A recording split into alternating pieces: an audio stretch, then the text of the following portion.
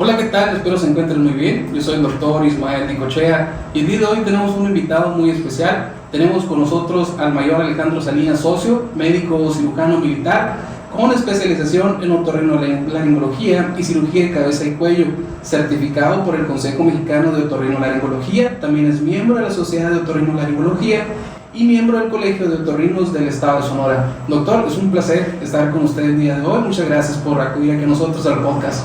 No, hombre, Dico, es para mí un placer estar aquí. De verdad te agradezco la introducción, hasta me hace sentir alguien importante. Es un gusto poder compartir un ratito de la plática tan amena con una persona tan chula como tú. No, hombre, muchas gracias. Para comenzar, es importante saber cuáles son las funciones del oído, para qué está hecho. La gente nos pidió ahí la importancia, ¿no?, del oído. ¿Cuáles son las dos funciones principales o más funciones que pudiera tener el oído?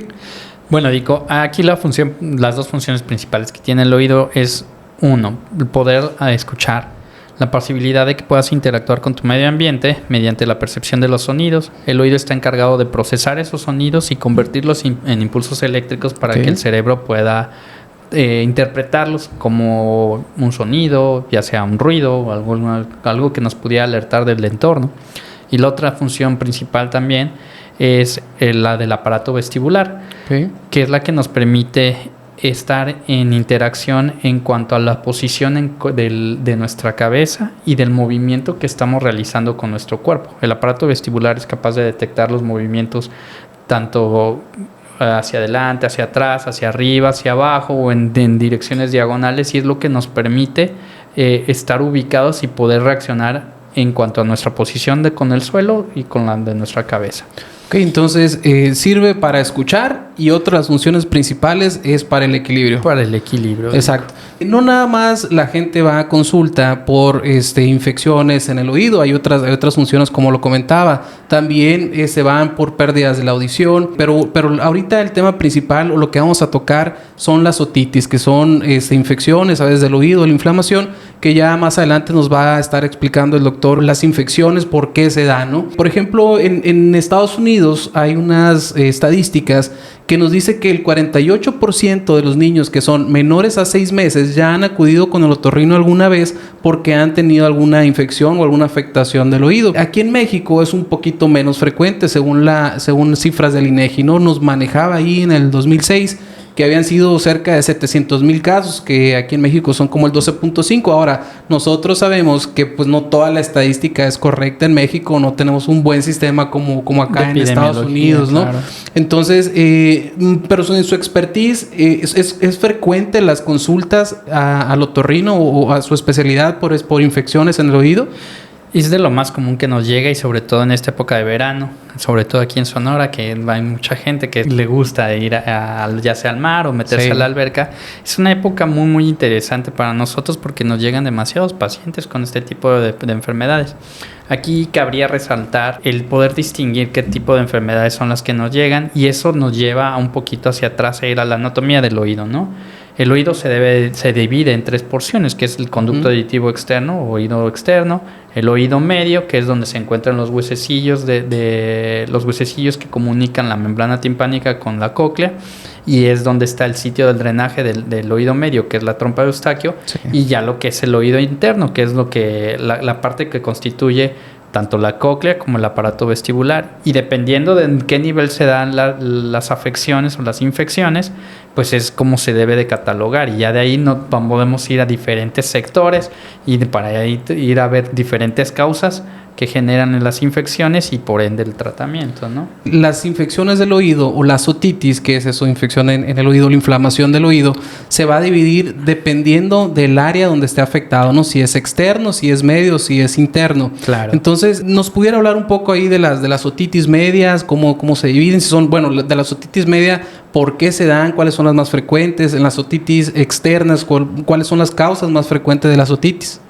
Bueno, en lo que son los niños menores de 8 años de edad, tiene todo que ver con la disposición de la trompa de Eustaquio. Okay. La trompa de Eustaquio es un conducto que comunica lo que es la nasofaringe, la parte más alta de la garganta a nivel de la nariz, con el oído medio. Entonces, cuando somos muy pequeños, este conducto, en lugar de estar verticalizado, está muy horizontal. Okay. Conforme vamos creciendo, el conducto va cambiando la disposición y se va verticalizando, y entonces es más difícil que una infección de la garganta se pueda comunicar al oído medio. Pero cuando somos pequeños, pues es tiro por viaje que puede pasar. Te enfermas de la garganta, casi es equivalente a que te enfermes del oído. Sí, y hay unas condiciones, por ejemplo, algunas malformaciones o personas que son más susceptibles a tener este tipo de infecciones, o alguna otra persona que tenga alguna alteración en la anatomía del oído, pues son más propensos a tener infecciones del mismo. Eso es por la relación que hay, que todavía no se desarrolla, o cómo está por ahí. Pues más bien es por la disposición. La disposición en esas edades, o personas también, podríamos mencionar personas que tienen problemas de paladar hendido, también son gente que puede desarrollar ese tipo de malformaciones. Y mucho tiene que ver con la falta de fuerza en la musculatura del paladar blando, que es la que está encargada de abrir esa conexión. Al no tener fuerza, pues esa conexión se permanece cerrada, torpe, por llamarle de alguna forma, y eso es lo que no permite que haya un adecuado drenaje de las secreciones que se producen en el oído medio y que son normales, ¿no? Pero el problema es cuando se atoran y no tienen por dónde drenar, pues es lo que causa las otitis medias. Hay una diferencia, y marcaba ahí la bibliografía, que por ejemplo lo vi en otitis media aguda, que eso es más frecuente en niños pequeños que tienen algún tipo, o que sufrieron algún tipo de catarro, una infección de las vías respiratorias, y la otra le llama otitis secretora. ¿Cuál es ese tipo de otitis secretora? Pues esto más bien nos habla de cuánto tiempo el paciente ha tenido con la enfermedad. Ya cuando un paciente lleva más de 3 meses con este tipo de afecciones, pues ya lo debemos de catalogar como una otitis crónica, ¿no? Y es cuando ya entonces el manejo cambia completamente. Una otitis media, una otitis aguda, pues le puede dar a cualquier paciente. Es como decir sinusitis. Okay. Te da una gripa, te da sinusitis. Te da una gripa, te puede provocar una otitis media. Lo normal es que conforme pasen los días, esto solito vaya resolviendo, ya sea con medicamentos, o incluso el mismo paciente, conforme su sistema inmune es competente, puede ir contrarrestando la infección. El problema es cuando ya no pasa eso y pasan más de 3 meses, pues entonces los manejos son completamente distintos. Sí. Entonces la otitis secretora es como algo más crónico, de infecciones repetitivas, pacientes que tienen a lo mejor rinitis. Hablaba también de otra cosa que se llama vegetaciones en los niños. También es frecuente, imagino, que se presente más la secretora en niños que tienen algún tipo de vegetaciones ahí, o problemas de la vegetación al nivel de la nariz. Aquí lo que tendremos que tomar en cuenta realmente serían como lesiones que pudiera haber en la nasofaringe, que podría ser una hipertrofia adenoidea. Al estar la parte más posterior de la nasofaringe ocupada por adenoides demasiado grandes, pues eso es justamente donde está el sitio del drenaje del oído medio. Y eso es lo que provocaría que el paciente pudiera presentar de manera recurrente infecciones por la inflamación, el efecto de masa que generan las adenoides agrandadas. Si nos vamos al origen de las causas, normalmente es infeccioso, puede ser generado por virus, bacterias, hongos inclusive. ¿Hay algo que pudiera afectar un poco más, o que la persona hiciera algo como manipularse el oído o meterse algo? ¿Se ve más frecuente en personas que se manipulan el oído? Mira, en cuanto a las otitis medias, que es la afección del oído medio, realmente es difícil. Tendría que tener muy mala suerte de que traspasar la membrana timpánica. Por dentro, no. Sería muy difícil que pueda llegar a una infección micótica por hongos. Es muy, muy, muy difícil. Puede pasar, pero sería extremadamente difícil. Infecciones virales sí pueden darse, pero normalmente causan inflamación y es algo pasajero. Las infecciones virales no tienden a ser crónicas. Aquí los agentes causales y los terrores de los monstruos de este tipo de enfermedades son las bacterias, ¿no? Las bacterias son 4 las principales, que es el Haemophilus influenza, el Streptococcus pneumoniae, la Moraxella catarrhalis y el Staphylococcus aureus. Son las 4 bacterias que producen todas las infecciones en todo lo que es vía aérea superior, senos paranasales, oído medio, garganta, boca. Ese es el pan nuestro de cada día. Entonces, por eso es que se utilizan antibióticos específicos en contra de estos de gérmenes que son de lo más común que hay, ¿no? Y que de hecho conviven con nosotros. Claro. El problema es cuando se salen de control, que nuestro sistema inmunológico les permite hacer de las suyas, y es cuando esto se convierte en un problema de verdad, ¿no? Exacto. Y la otra causa que también acuden inclusive al área de urgencias donde nosotros trabajamos. La gente que va a piscinas o que va a albercas, ¿cuál es el riesgo o por qué se infecta más cuando los niños van a las albercas y llegan al ratito con infección en el oído? Bueno, aquí esto es interesante porque entonces nos tenemos que ir a otra parte del oído, que es el conducto auditivo externo. Okay. Las infecciones que se dan por aquí, les conocen como otitis del nadador, es porque es la piel del conducto auditivo lo que se daña. Muchas veces es por alguna manipulación previa, utilizar cotonetes, sacarse la fea costumbre de sacarse la cerilla con con las llaves, he visto, con seguros. Ese normalmente es el mecanismo de lesión. Una pequeña lesión que al entrar en contacto con el agua que está sucia, pues eso es lo que provoca la infección, ¿no? Y aquí el agente causal más común cambia de manera radical. El agente causal más común es una bacteria que suena muy peligrosa para nosotros los médicos, es la Pseudomonas aeruginosa. Es una bacteria que normalmente es muy común en el ambiente, pero le tenemos miedo a los doctores porque cuando la encontramos en terapias intensivas, pues es porque es de terror, porque normalmente son multiresistentes. Sí, le llaman por ahí la pseudoleona, ¿no? La pseudoleona por lo agresivo que es y lo difícil de tratar. Pero en este caso, esa bacteria, cuando es en el oído externo, cuando es adquirida por una infección pues de las comunes fuera del ambiente hospitalario, pues normalmente es muy, muy tratable con quinolonas específicamente, ¿no? Hay otros medicamentos como la neomicina, que es de lo más común que te dan, pero a mí ya llegan pacientes que ya les dieron de todas las gotas habidas y por haber, y entonces yo ya me voy a las quinolonas, que son pues agentes un poquito más agresivos en contra de ellas, ¿no? ¿Qué pudiera hacer la gente? Digo, no es que a todos los que vayan a nadar a alguna alberca les va a dar otitis del nadador o otitis externa. Sí aumenta el riesgo por meterse a albercas, obviamente. Pero ¿hay algo que la gente pudiera hacer para prevenir eso? Pues yo lo que siempre le recomiendo a mis pacientes es como si ya te pasó varias veces, o una de dos, o lo dejas de hacer, o pues ponte unos taponcitos. Actualmente hay unos tapones que son de material plástico que no permiten que entre en el agua y realmente son muy económicos. Hay de muchas marcas, hay incluso fabricaciones por marcas específicas como Arena, Speedo, que se dedican a producir cosas para gente que de veras hace atletas acuáticos. Entonces se pueden comprar ese tipo de tapones para prevenir que no vaya a haber más infecciones, ¿no? Está entendido por ahí que también el tabaco tiene algún factor también de riesgo para las otitis, o nada más es algo que aparece por ahí. El tabaco tendría un factor de riesgo para lo que es la otitis media. Se ha visto que padres que son fumadores pueden llegar a tener hijos que estén en procesos inflamatorios y alérgicos constantes, y eso sea lo que les provoque las infecciones en el oído medio, ¿no? Sí está súper relacionado. Así como también pacientes con reflujo. Son pacientes que cuando son pequeños pueden tener otitis medias. De hecho, hay estudios súper bien realizados en los cuales se encuentran hasta pepsinas en el oído medio, son pacientes que lo que tienen es reflujo, ¿no? Y les buscan por todos lados. Y ya les quitaron las amígdalas, ya les quitaron las adenoides, ya les quitaron todo.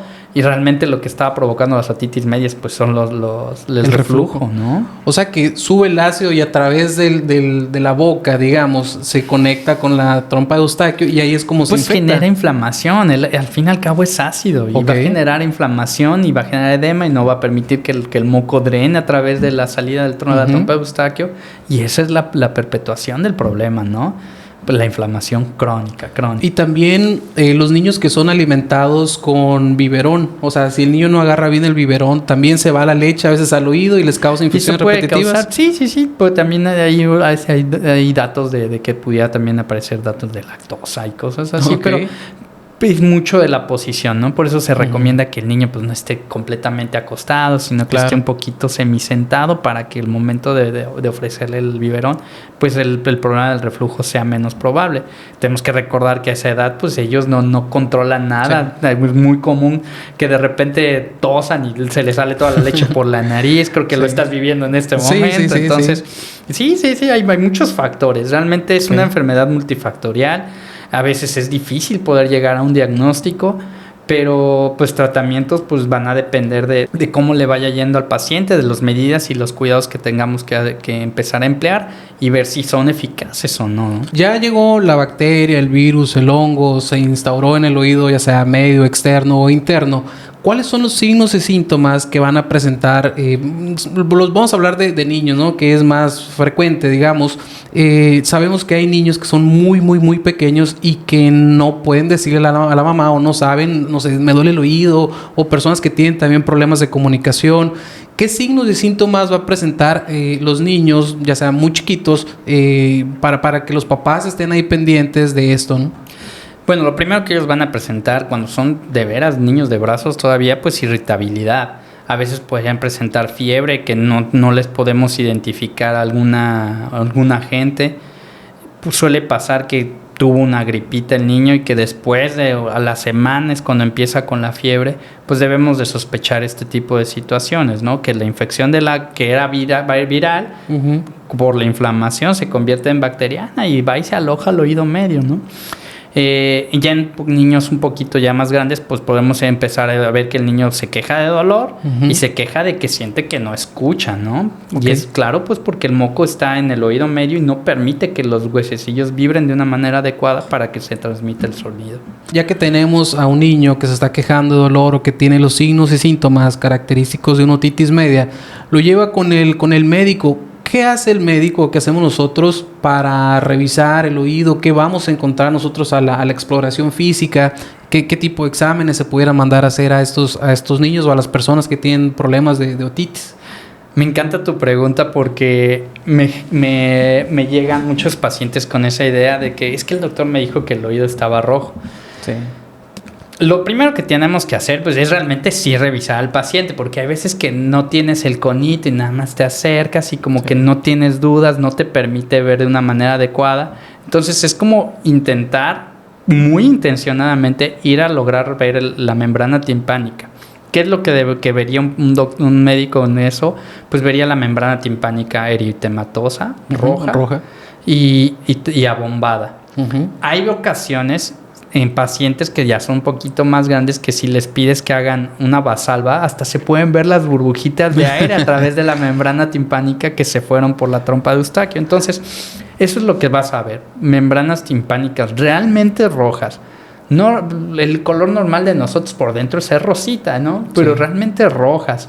Que se le ve la membrana hasta la vascularidad de lo inflamada que está, abombada, que el paciente, si ya es más grande, que le pides que haga maniobras de vasalva, que puje o que trague, tú deberías de ver que la membrana timpánica cuando está normal se mueva, pero con pacientes que tienen el oído medio lleno, pues se va a ver abombada y no se va a ver nada de movimiento. En sí el diagnóstico se puede hacer con un otoscopio directo, pero sabemos que hay otros medios como videoscopios, endoscopios. Ya sería estar jugando con otro tipo de juguetes que facilitan mucho la consulta. Hoy en día creo que ese tipo de juguetes están a la mano de todos nosotros. Ya no son los precios tan impositivos como antes y que cualquier médico puede conseguir uno de estos aparatos. Son muy accesibles.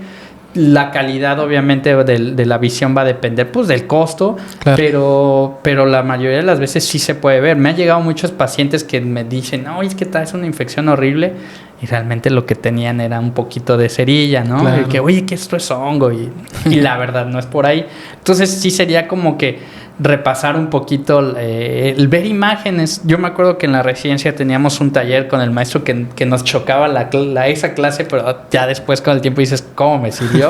Le llamaba el taller de imágenes otoscópicas. O sea, nos mostraba diferentes imágenes y cada quien tenía que decir, esto es esto y qué oído es. O sea, normalmente pues sabes qué oído es pues porque pues vas y sabes de qué lado estás revisando al paciente, pero a nuestro grado era tener que saber cómo estaba la disposición de la anatomía para poder identificar qué oído era, nada más viendo la imagen y describir la lesión, ¿no? Si eran perforaciones, si era una lesión por hongos, si de plano no se veía nada. Hay veces que está tan inflamado el oído que no le encuentras forma a la nada. Entonces, es algo muy padre de como médico general, como residente y todavía como especialista, estar viendo muchas imágenes de muchas cosas para poder hacer ese pequeño taller, ¿no? Y poder identificar, bueno, esto se ve normalmente así, a esto que estoy viendo en este momento, pues se parece, ¿no? Y entonces empezar a agarrar ese callo, ¿no? De diagnosticar nomás de ver. Sí, y hablaba, ¿a todos se les hace audiometría o a quienes está aconsejado hacerles audiometría? Por ejemplo, llega el niño que tiene hipoacusia o que no escucha o que escucha menos de lo normal. ¿A todos se les manda una audiometría, una impedanciometría? ¿Qué está más utilizado o qué se puede usar más? Bueno, la biometría ya sería cuando quieres operar a alguien. Ya sería un estudio para valorar cómo estaba antes de la cirugía, cómo está después de la cirugía. La impedanciometría sería más bien para poder corroborar tu diagnóstico. La impedanciometría es un estudio en el cual tú le avientas con un pequeño popotito especial, obviamente, con un aparato impedanciómetro. Tú le avientas aire al oído y ves qué tanto ese aire y esa presión te deja que se mueva la membrana timpánica. Lo normal es que debería de haber cierta resistencia y después vencerse. Y te va a marcar unas curvitas especiales. El problema de cuando hay está el oído medio lleno de secreciones, que por más aire que por más presión que tú le avientes, la membrana no va a tener ningún movimiento. Y entonces eso te llevaría a deducir que hay una ocupación en el oído medio y que pues el paciente sí tiene una otitis media. La impedanciometría te sirve para, después de dar también tratamiento, ver si esa otitis media se resolvió o no. Y ya con eso pues decidir si necesita algún procedimiento incluso quirúrgico, ¿no? Sí, afortunadamente las otitis pues tienen un buen pronóstico. La gran mayoría cura entre 7, 10 días. Hay otras que hasta 14 días se puede llevar, ¿no? O inclusive más. Cuando esto no se resuelve o cuando es infecciones repetitivas, y nos vamos a hablar de repetitividad, cuando el paciente presenta más de 3 otitis en aproximadamente 6 meses o 4 otitis media o externa o interna en 12 meses, o que dice la mamá, llega la mamá y nos pregunta, oye, pues es que se volvió a enfermar otra vez el niño, hace 2-3 semanas se acaba de recuperar y otra vez volvió a caer, yo creo que no le sirvió el tratamiento y eso. Cuando empiezas a ver las otitis de este tipo que son más frecuentes o más con el tiempo más corto, ¿hay otros procedimientos que nos puede hablar que es una mayor ventaja para el paciente o que le puede servir más? ¿Qué pudiera utilizar el paciente o a dónde nos vamos? Bueno, ya cuando los tratamientos médicos han fallado, lo que seguiría es hacer una timpanocentesis, que es un nombre muy elegante de decirle, hacerle una rajadita a la membrana timpánica y colocar un tubo de ventilación. Esto nos va a servir para 2 cosas. Podemos tomar muestras del moco que está atorado en el oído medio y llevarlas a cultivo para saber si hay alguna bacteria, en especial la que esté causando la infección, y sobre todo saber qué antibiótico es el que la va a poder eliminar. Y lo otro nos sirve para poder drenar el oído medio y dejar un tubo que permita que ese moco que se va a seguir acumulando tenga por dónde seguir saliendo, para que el paciente pueda escuchar de una manera adecuada y no tenga el exceso de secreción retenida en el oído. Y es algo bien importante que se debería de hacer, porque antes de la época de los antibióticos, antes de que hubiera más acceso a la salud, pues era muy común este tipo de pacientes. Y todavía se ven en los pueblos, ¿no? En los lugares alejados de la atención médica, en que llegan los adultos mayores con perforaciones en la membrana timpánica, con otomastoiditis, que ya serían complicaciones de tantas infecciones, y con malformación del oído, porque desde pequeños estuvieron sufriendo de infección. Entonces, ¿qué es lo que hace el cuerpo? Pues intenta proteger, y entonces hace que el hueso, que es el hueso temporal, cambie su estructura para detener esas infecciones. Pero a la larga también provoca que puedan tener pérdida de la audición de manera prematura, ¿no? ¿Cuánto tiempo le lleva a una persona o cuánto tiempo va a durar la persona con los tubitos de ventilación? ¿Se quitan? ¿Se salen solos? ¿Qué es lo que pasa una vez que le ponen los tubitos? Bueno, estos tubitos de ventilación depende del modelo que tú vayas a colocar y depende del paciente. Lo normal es que sean unos tubitos de ventilación, así como se parecen muy parecidos. Yo me acuerdo, los asemejo a los tubitos de Mario Bros. Unos tubitos chiquititos que tienen esas dos saliditas, como para que no se pueda salir. Lo normal es que esos tubos se encuentren ahí una vez instalados durante 6 meses. Tiempo suficiente para que un paciente que le va bien, solito la membrana timpánica empiece a cerrarse y lo bote. Aquí ya es donde entra la disyuntiva. Hay pacientes que a pesar de ponerle los tubitos de ventilación, recurren. Okay. Y entonces hay otro tipo de tubos de ventilación que se llaman tubos de ventilación en T. Entonces, que son el tubo y tiene otro tubo atravesado que no va a permitir que la membrana timpánica lo pueda botar. Okay. Y estos ya la forma de quitarlos, pues sí sería ya quirúrgicamente o jalándolos con cierto cuidado. Entonces, esos ya le llamamos para distancias más prolongadas o incluso permanentes. Todo dependerá de cómo veas que tu paciente vaya evolucionando, ¿no? Sí, si la infección no llegó a tal grado, ¿no? Pero tuvo una otitis supurativa o el oído, la membrana se reventó, como decimos coloquialmente. ¿Qué es lo que debe hacer el paciente cuando se va a meter a bañar? Porque si entra agua al oído, sabemos que pudiera infectarse un poquito más. Entonces, ¿qué recomendación da para cuando el oído se revienta para que no le entre agua? O si está bien que entre agua, ¿no? Ahí sí, la verdad, el experto es usted. Yo recomendaría prevenir que no vaya a entrar agua. Lo único que quisiéramos que entrara serían, pues si acaso vamos a dejar como cotratamiento gotas óticas, pero de preferencia pues no, porque esa agua seguramente va a estar sucia. Sí. Entonces es como perpetuar el problema. Va matando un enemigo, pero se va agregando otro diferente. Entonces sería un poquito de obstaculizar el correcto desarrollo del tratamiento, ¿no? Sí, y otra de las preguntas que llegaron ahí con nosotros es, cuando sabían que iba a venir usted acá con nosotros, es las gotas, ¿no? Hay quienes aconsejan que se pongan gotas, hay quienes no.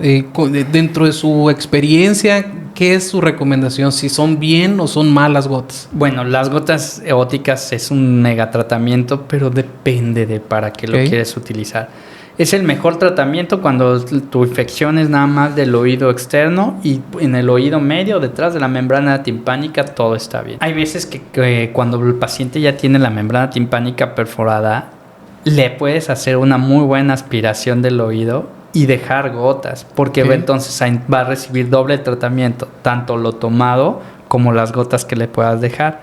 Ahora, viene una llavecita aparte.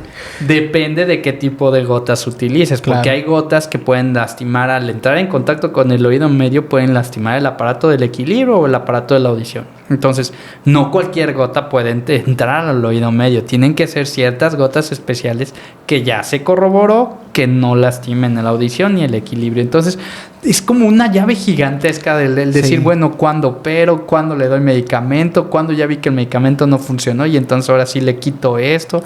Sí.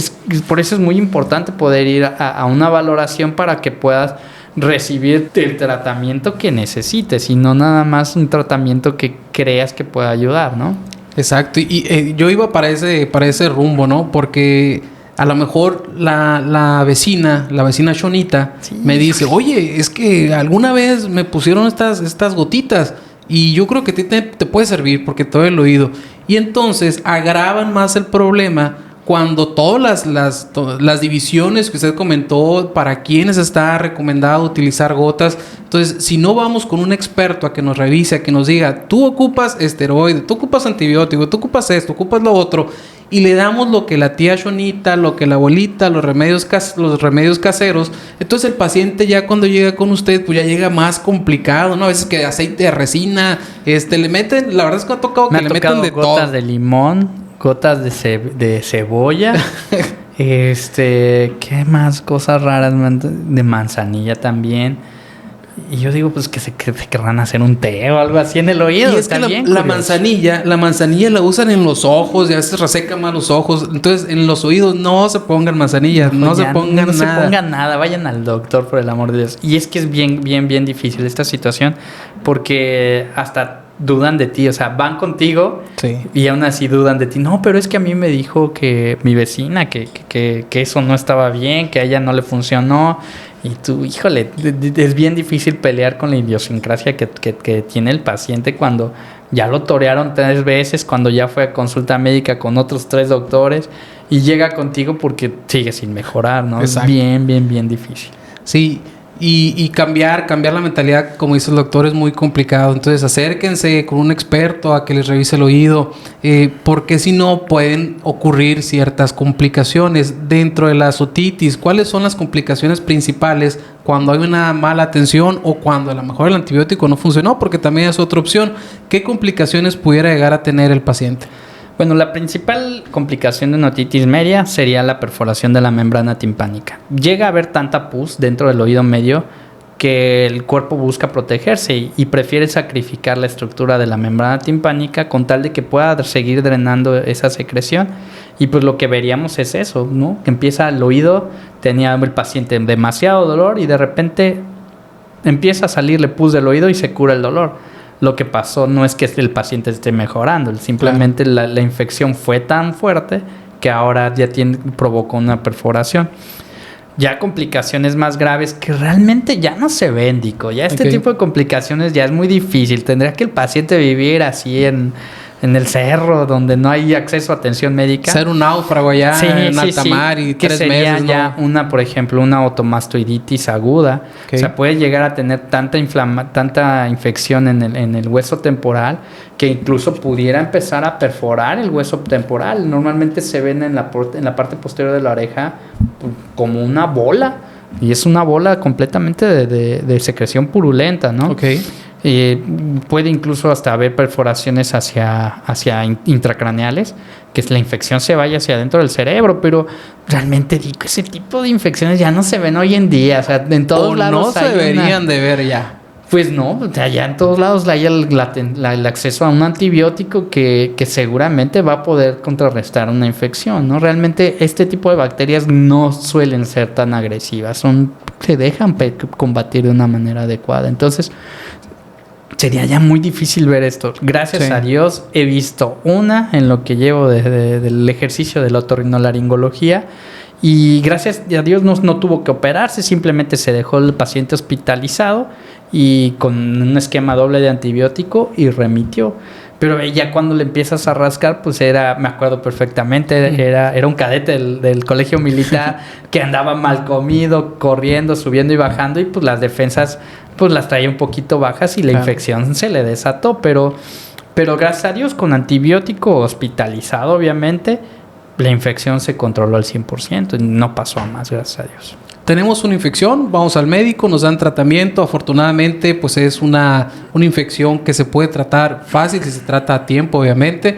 Las complicaciones son muy pocas. Lo bueno es que si se trata otra vez a tiempo, pues no se deberían de presentar. ¿Hay algún método preventivo o algo que pudiera hacer la gente para evitar las otitis? Por ejemplo, en los lactantes, escuchar algo así de no usar chupón hasta cierta edad, obviamente la lactancia materna. ¿Qué otras cosas nos recomendaría? Como en todas las infecciones en recién nacidos, la prevención es dar leche materna mínimo 6 meses. Eso le transmite los anticuerpos de la madre al pequeño, en lo que él mismo empieza a desarrollar sus propios anticuerpos, porque pues es un ser que no llega de la nada a estar en contacto con una lucha constante con todo el ambiente, ¿no? Entonces ese es un factor que predispone a que el niño no tenga las infecciones. Un factor protector, podemos decir. Un factor protector, claro, durante mínimo 6 meses. El evitar lo que habíamos mencionado, de la posición en la que él deba de tomar la mamila, también es un factor que lo puede predisponer a generar otitis medias. Y eso es en el caso de los infantes. Ya en niños más grandes, bueno, pues tener la revisión y la juiciosidad de valorarlo y ver si no está desarrollando muchas infecciones de las vías aéreas superiores, porque te haga procesos de infecciones a nivel de las amígdalas, a nivel de las adenoides, a nivel de senos paranasales, ¿no? Entonces, todos estos son los factores que se deben de valorar para que el niño nunca llegue a desarrollar una otitis media que no sea identificada y que al rato sea un adulto que pierda la audición de manera anticipada. Acudir tempranamente al médico, no se nos olvide.